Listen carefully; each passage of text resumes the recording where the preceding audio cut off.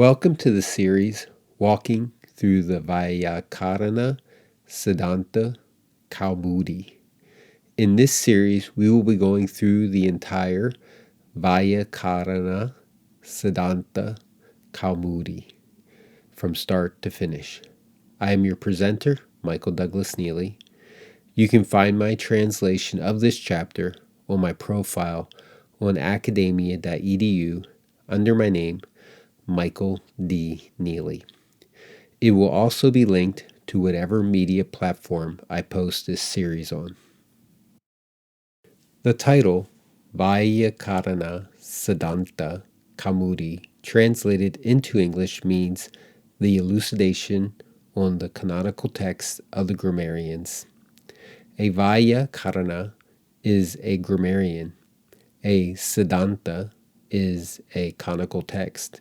And Kaumudi means elucidation. Kaumudi also has the meaning of moonlight, so the text has a sense of throwing light on a subject matter within the darkness. Please note that this chapter title is written as one compound word in Sanskrit with the words Vaiyakarana Siddhanta Kaumudi placed together without a space, with only the last word of the compound inflected. The two nouns previous to the inflected word in the compound are in their uninflected forms. As an editorial choice, I chose to space out the three nouns within the compound word. The Vaiyakarana Siddhanta Kaumudi is an early 17th century CE Sanskrit grammar text made up of sutras from the Ashtadhyayi of Panini with its own commentary. It was authored by Bhattoji Dikshita. Both Vedic and classical Sanskrit are taught in the text. This text is considered the pinnacle in regards to documenting Sanskrit grammar in the traditional and pedagogical method. It is still popular given its ease of access and understanding the Sanskrit language based on the Ashtadhyayi of Panini, the oldest and foundational grammar text on Sanskrit. Varadaraja, a student of Bhattoji Dikshita, authored three abridgments of the Vaiyakarana Siddhanta Kaumudi in the 17th century CE, titles as follows in order from the shortest to the longest. Sara Vaiyakarana Siddhanta Kaumudi, Lagu Vaiyakarana Siddhanta Kaumudi, Madhya Vaiyakarana Siddhanta Kaumudi. We already went over that Vaiyakarana Siddhanta Kaumudi means the elucidation on the canonical texts of the grammarians. The Sanskrit word sara means the quintessence of something. Lagu means a short account of something. And madhya means a middling account of something.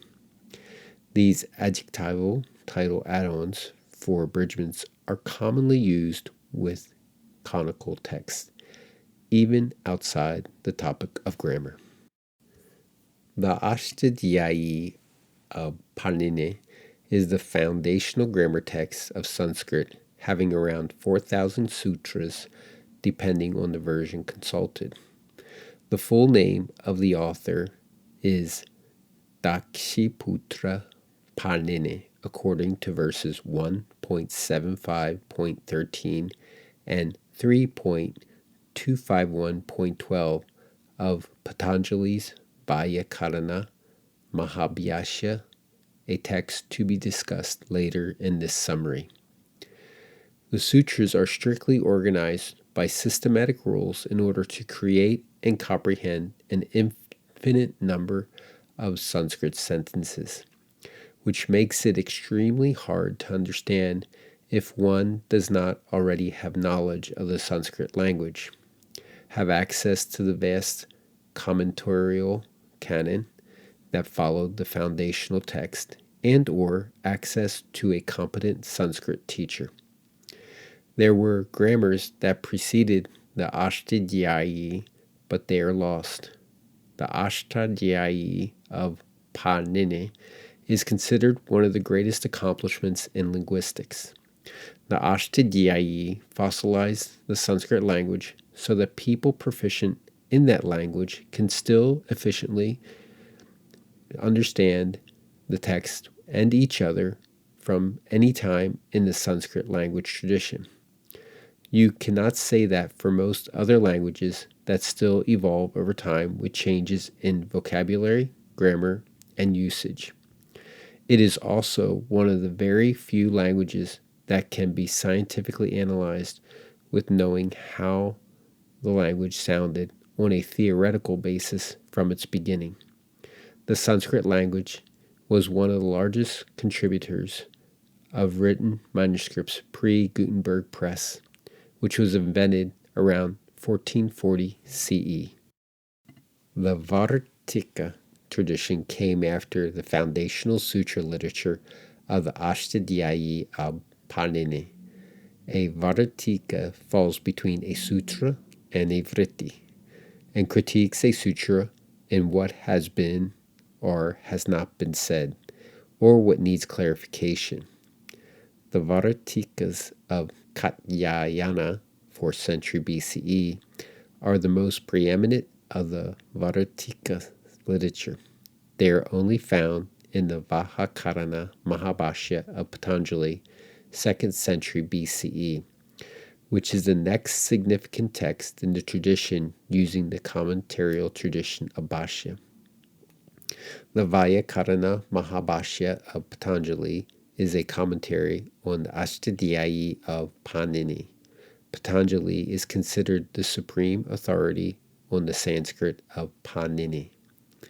The Sanskrit grammarians, Panini, Katyayana, and Patanjali, are called the three sages of Sanskrit. The Sanskrit term attributed to the three sages is the Trimuni. Tri means three in Sanskrit, and Muni is a sage in Sanskrit.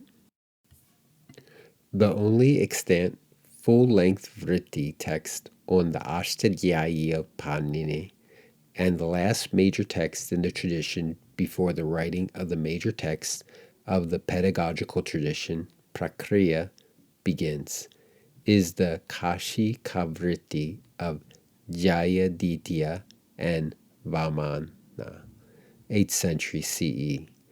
We will see many examples of vrittis in the Vaiyakarana Siddhanta Kaumudi when studying it in this series. The derivational tradition, Prakriya, begins with the Rupa Vatara of Dharmakirti, 12th century CE, through the Prakriya Kaumudi of Ramachandra, 15th century CE, and reaching its peak with the Vaiyakarana Siddhanta Kaumudi of Patuji Dikshita, 17th century CE. These texts started a movement to make the Sanskrit language in the tradition of the Ashtadhyayi of Panini easier to learn by reducing the number of verses addressed from the Ashtadhyayi of Panini to the basics, and leaving out a lot of nuance that occupied the earlier texts. As is common in texts from ancient India, an invocation is given at the beginning of this text. The invocation is, having performed homage to the three sages and having reflected on the words of those, this Vaiyakarana Siddhanta Kaumudi is composed. The three sages are Panini, Katyayana, and Patanjali, the Trimuni, as previously stated. Before I get started going through the sutras of the Vaiyakarana Siddhanta Kaumudi, I would like to explain some basics about the structure of the Ashtadhyayi of Panini and the 6 major types of sutras found in that text. The Ashtadhyayi of Panini is divided into 8 chapters, which gives it the name of its text. Ashtadhyayi is a compound word consisting of 2 words, the noun stems being ashtan, meaning 8, and adhyayin, meaning consisting of a chapter. Thus, the full compound word means consisting of the 8 chapters. Each of the 8 chapters are broken down into 4 quarters for a total of 32 quarters. Quarters of things are often called padas in Sanskrit. And lastly, each of the padas have varying numbers of sutras assigned to them. A sutra is a brief and concise rule in which there are 6 types of rules in the Ashtadhyayi. Thus, Sutra 1.3.9 would be the first Adhyaya, third Pada, and 9th Sutra. The 6 major types of sutras in the Ashtadhyayi Panini are the Sangya, which is a technical term. Vidhi is a rule stating what operation is to be performed on a given input. Niyama is an exception to a rule. Atidesha is a rule expanding the scope of a particular rule. Adhikara is a governing rule over a particular domain of rules. Paribhasha is a rule that determines the proper interpretation of a rule or its application. The first chapter of the Vaiyakarana Siddhanta Kaumudi is titled Technical Terms. The word for a technical term in Sanskrit is sangya. As I go through this presentation, I will indicate the major topic divisions within this chapter. The first section of this chapter, from verses 1 to 3, presents the 14 Shiva Sutras and how to read their pratyaharas, and how to determine what is and is not an it. An it is an indicatory letter that helps create an abbreviation for certain segments of sound in Paninian Sanskrit grammar. Here, the 14 Shiva Sutras are written in the Devanagari script, which is the most popular Sanskrit script these days. Just like any other language, Sanskrit has been written in different scripts throughout its history. Devanagari is actually pretty easy to learn. I learned it by taking a weekend Devanagari script workshop at a local yoga studio. Here, the 14 Shiva Sutras are written in the International Alphabet of Sanskrit Transliteration, IAST script, which often accompanies the Sanskrit Devanagari script or is used by itself as an aid to comprehend the sounds of the Sanskrit language in contemporary publications.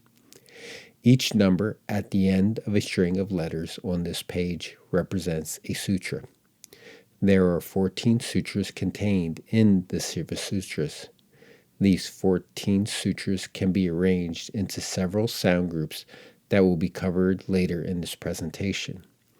If one wants to be able to read the Ashtadhyayi of Panini and most commentaries on the Sanskrit text, one must understand these 14 Shiva Sutras and their application. By using these 14 Shiva Sutras, Panini was able to create a grammar to create an endless amount of words in Sanskrit that was only about 4,000 sutras long. The Ashtadhyayi is one of the greatest linguistic accomplishments in the world and had no real peer in linguistics until a few hundred years ago. Teaching one how to read the 14 Shiva Sutras is the first task of the Vaiyakarana Siddhanta Kaumudi. The first part of the vritti on the Shiva Sutras is as follows. These Maheshvara Sutras are intended for those termed as an, etc. A vritti is a gloss or comment on a sutra.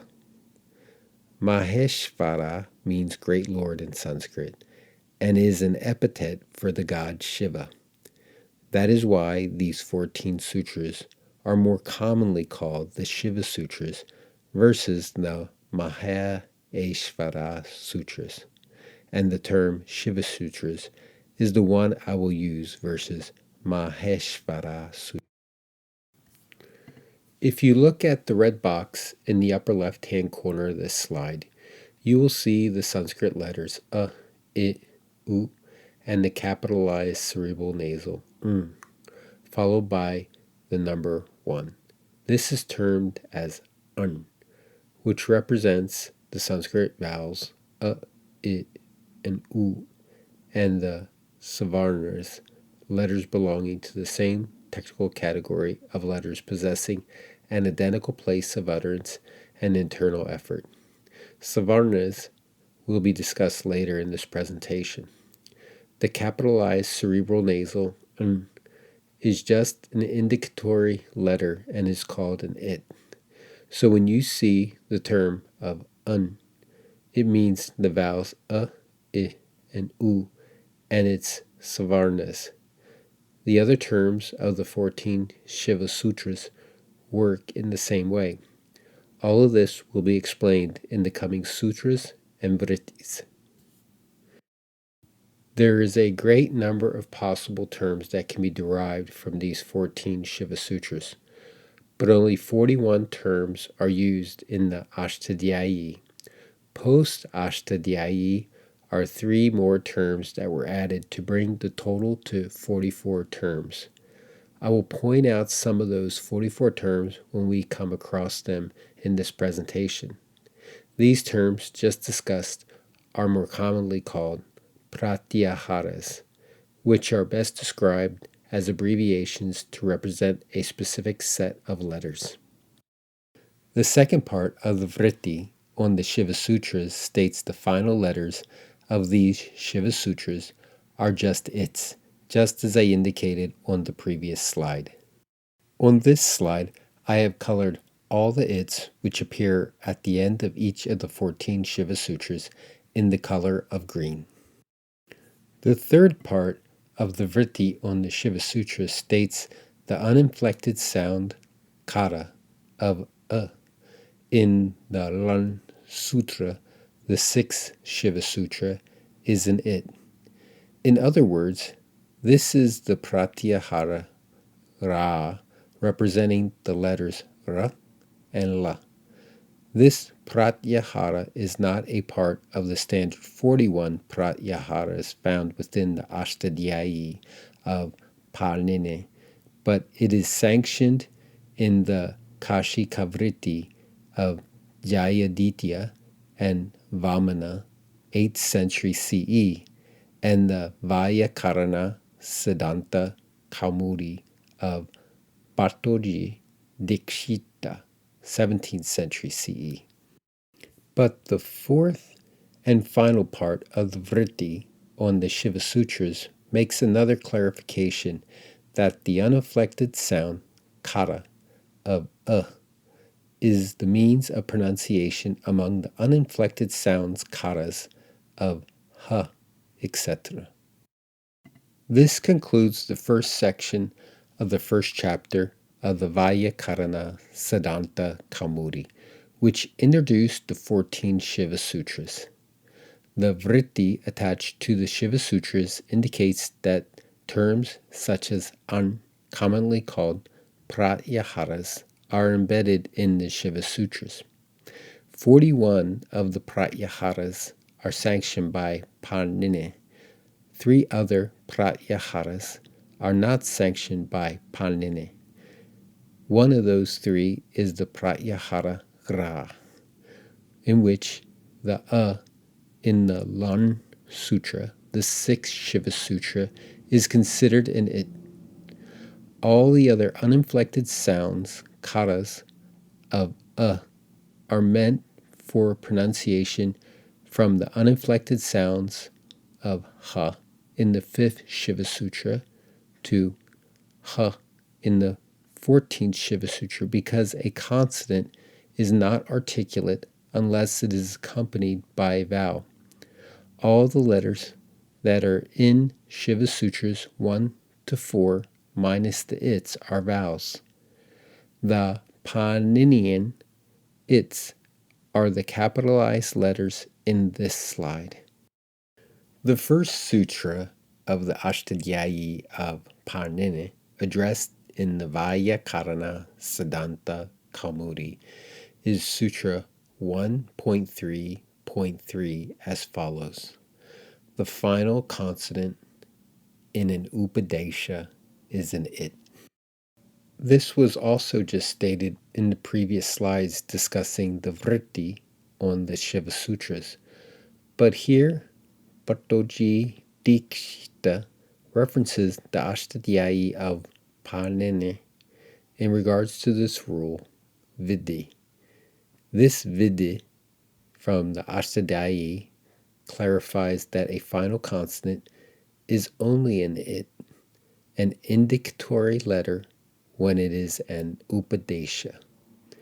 To paraphrase Sri Shah Chandra Vasu's commentary from his translation of the Vaiyakarana Siddhanta Kaumudi on this verse, he states, an Upadesha is the name of those technical terms, sangyas of grammar, Vaiyakarana, which are formed for the purpose of instruction only, but which are not the current words of the language.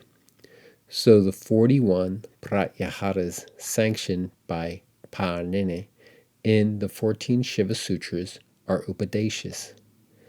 The pratyahara, hal, which represents all consonants, in this sutra is an example of an Upadesha. The al in the pratyahara, hal, is a final consonant. The sutras of the Ashtadhyayi of Panini, like the one just discussed, are usually brief by design and need words added to them from previous sutras to be understandable. The words added are called anuvrittis. In the case of this verse, the two words in an Upadesha and it are the anuvrittis brought in from the previous verse, 1.3.2. Given we are working with the Vaiyakarana Siddhanta Kaumudi, the text, via its vrittis, will add context and clarity to the sutras of the Ashtadhyayi of Panini that are referenced in the Vaiyakarana Siddhanta Kaumudi. The vritti attached to Sutra 1.3.3 clarifies what the anuvrittis would clarify in the Ashtadhyayi with the sutras in their proper order. The vritti of this verse is, thus, the final consonant in a sutra should be an it. The word sutra is used in the place of the word Upadesha, which is used in the Ashtadhyayi in the context of Sutra 1.3.3. Sutra 1.1.71 clarifies the specific uninflected sounds that are included with each of the pratyaharas as follows.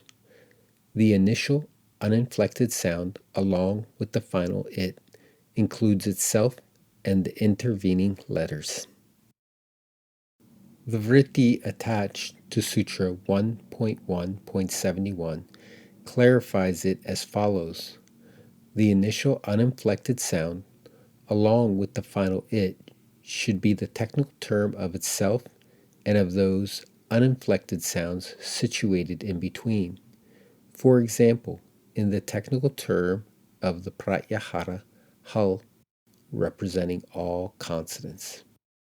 Pulling up our familiar slide of the 14 Shiva Sutras, we see the initial consonant of h in Shiva Sutra 5 enclosed in a red text box. If you trace this h to the final it of Shiva Sutra 14 enclosed in a blue box, we have all the consonants of the Sanskrit language from h in the 5th Shiva Sutra to h in the 14th Shiva Sutra. Notice that we don't include the intervening its between Shiva Sutras 5 to 13. And the fact that there are two has in the pratyahara ha is noted by the tradition and is still understood to mean all consonants. After a vritti on Sutra 1.171, there is another vritti on Sutra 1.3.3 as follows.